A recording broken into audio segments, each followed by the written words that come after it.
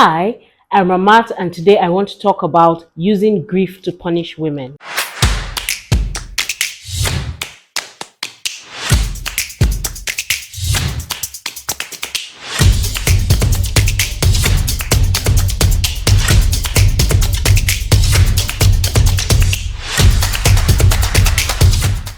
I need to give some context, right?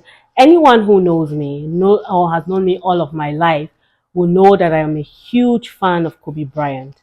I was a fan of Kobe Bryant from the first time I saw him play basketball in the 2000s till the day he played his last game, till the day he did his work, and then till the day that he died. I loved him play the ball. I love how he carried himself. Even when he had the drama around cheating on his wife, I was like, it's bad, but he apologized, and I was like, Kobe Bryant is my person. And yes, there was also the issue with the sexual abuse, and he apologized and tried to do better, tried to make life better, or make better choices. And so I loved him all of my life, and everyone who knew me knew I loved him. So much so that on the day he died, I received calls where people were asking me, how are you doing? Because they knew how much I loved Kobe Bryant. And it's been 5 years since Kobe Bryant died. Time does fly, doesn't it? In the 5 years since he has died, I have been unable to watch, for example, the documentary about his life.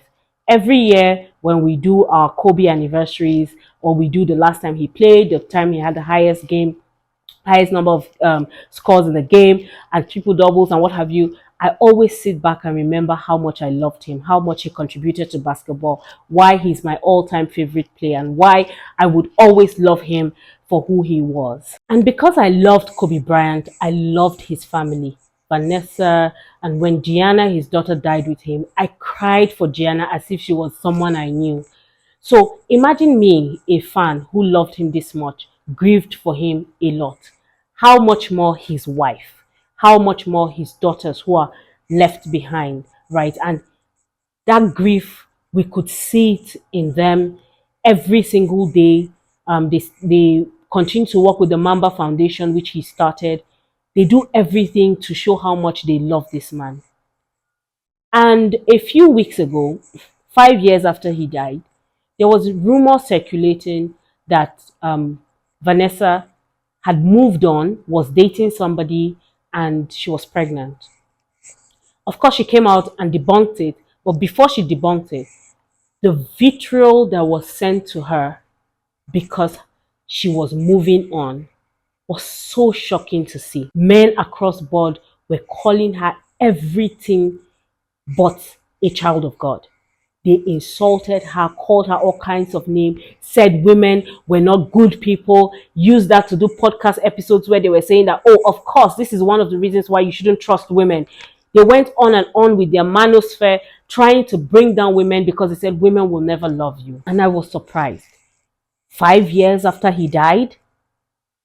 Now, I'm a fan, and I moved on after he died. I got another all-time favorite basketball player who, surprisingly, is LeBron James.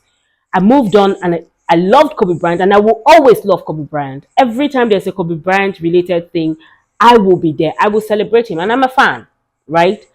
And his wife loved him, and she has been mourning for 5 years. But I think she's okay to move on. But a lot of people didn't think that. They bashed her so much. Usually she ignores all of these rumors, but they bashed her so much that she had to come out and put out a statement saying, I am not pregnant, I have not moved on. And I wondered, why did she need to do this? There was absolutely no reason why she needed to do it. But I knew it was just because she had been bashed and dragged all over the internet. Another person is when Nipsey Hussle died. A lot of people loved Nipsey Hussle. We loved him. We celebrated him. We were happy for him as a human being. And when he died, we felt it in our bodies. I mean, everybody. He's a gangster, right? But he was loved because of what he was doing in his community. And people supported him. And then his girlfriend, Lauren London, who had been with him all of that time. When rumors swirled that she was moving on, again, the men manosphere, alpha male drama, podcast people were dragging her down, saying all sorts of things. And worst part, these two women received death threats. Not just the insults. The insults, you could say people have their right to say what they want to say, but death threats were not right. They were absolutely annoying, absolutely ridiculous, and very disrespectful of the humanity of women. Let me move away from Americans and come to Nigeria. On Twitter one day, there was conversation about how it started with a guy who talked about how if his mother ever tried to move on from his father when he dies, that he would be the one to beat her up and cut her off. And I said, what? You beat up your mother? He said, why would another man come and be touching his father's property? What? Your mother is a property? He went further, digging deep, digging his heel in and saying that in fact, if he ever heard that his mother slept with another man, that he would kill her. It's all on Twitter. And I remember thinking, are you stupid? First. But beyond the insult, I wondered, why would a fully functional human act this foolishly and think this foolishly? And this guy dug his feet, like I said, and he kept saying, look, my mother is my father's property, my mother is forever my father's. And people brought in scenarios that what if your mom is young and she's still young and she still wants companionship? He was like, she doesn't, let her get her companionship from her children. What? And we see that in our community repeatedly. When women marry and they, move on within a year, they will point at her immediately and say she killed her husband for the other man. When women marry and get over their husbands in 2 years, why is she marrying so early? If she waits for 10 years, like, why is she marrying again? After all, she was married, she should just stay there. And this annoys me to no end. Right now, there's a conversation that's happening on Twitter where a lot of people are saying that they would disinherit their mothers if the husband dies, she inherits the properties, she's able to win in the courts and get all of the inheritance, which we know with the Nigerian culture that is an anomaly. That if this happened and she gets all of the inheritance and she decides she wants to marry somebody else, that the sons, and I'm talking about the sons here, said they'll go to court or whatever to disinherit their mother so that they get the property, and then if she decides she wants to go and build another man's house, that she can go. On the flip side, a man was on Twitter and his wife died. In 2 weeks, they were already bringing people like another woman to come and help take care of the children. I heard a story recently. Somebody, got married, the wife died. He was trying to get a wife for his child, get a mother for his child. Quickly, not somebody that's very quickly. Men often marry within 3 months of their wives dying. They bring in a new woman to the house. They marry quickly. I had an uncle who was the only anomaly I have seen in my entire life. That uncle married, he was so in love with his wife. When she went to give birth, she died. So he had his son. And everybody, in the week that she died, were like, you need to mourn, but we need to also get a wife for you. And he kept saying no. He kept saying no. He kept saying no. People will pressure him. No, you don't need to stay this long without a wife. I was like, excuse you? Why is it okay for this man to quickly move on? But when it's a woman, it's that she killed her husband. And do you know my uncle held on for almost 10 or 15 years before he got married again? And that was when he knew that, okay, he would forever love his wife, he would forever cherish her memory, but he wanted companionship. And I remember seeing a story on Facebook where a man, the wife, he died and he wanted to get married in two months or thereabout.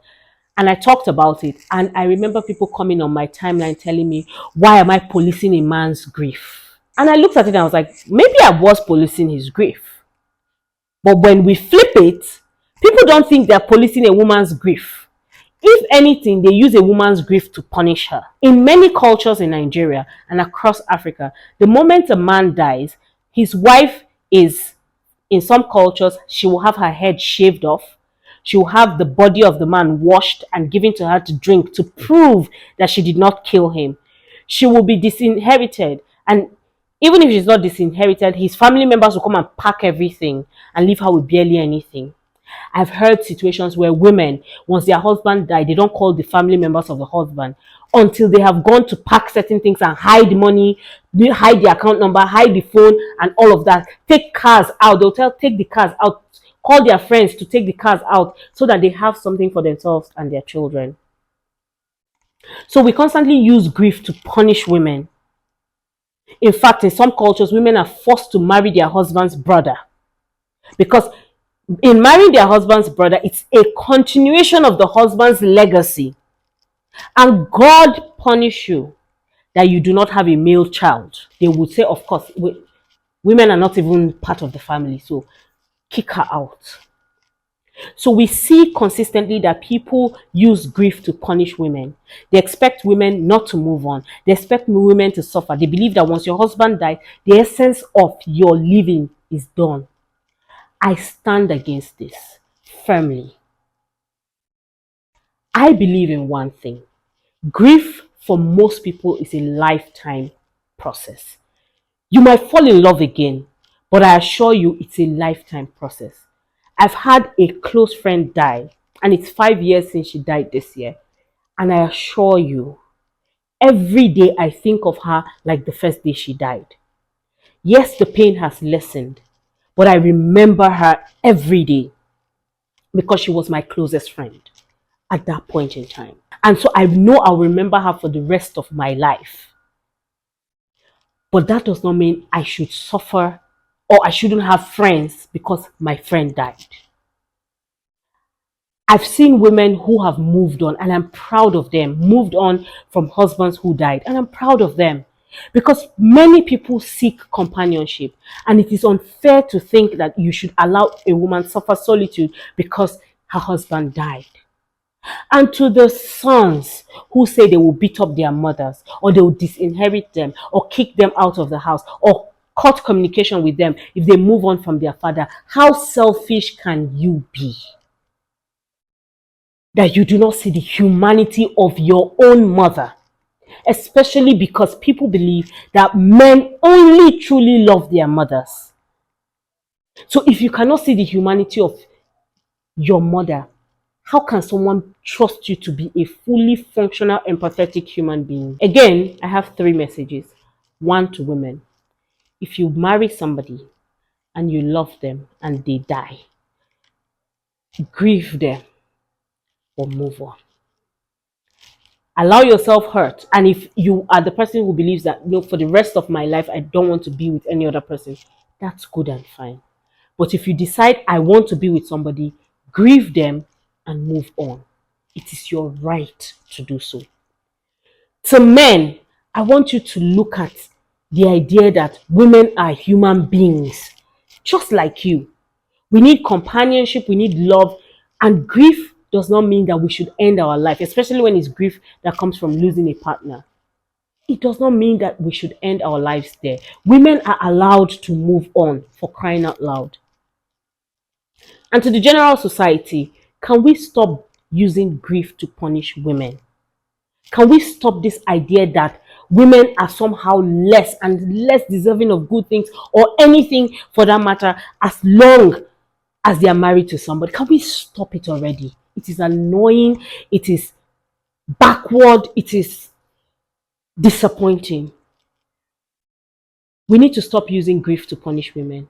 And more than that, we need to stop saying that women are not part of a family when her husband dies and then taking over the property, taking over things like that. I will talk about this completely, the disinheritance of women, in another episode, but I just needed to chip this in here. If you use grief to punish women, you are a wicked person. If nobody has told you, let me be the one to tell you, you're a wicked person. And I hope that you stand and judge yourself and find yourself accountable and stop doing this rubbish.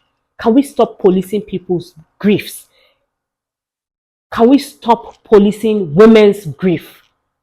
Let women grieve as they want and move on as they want, as they should. Anyway, I've said what I wanted to say.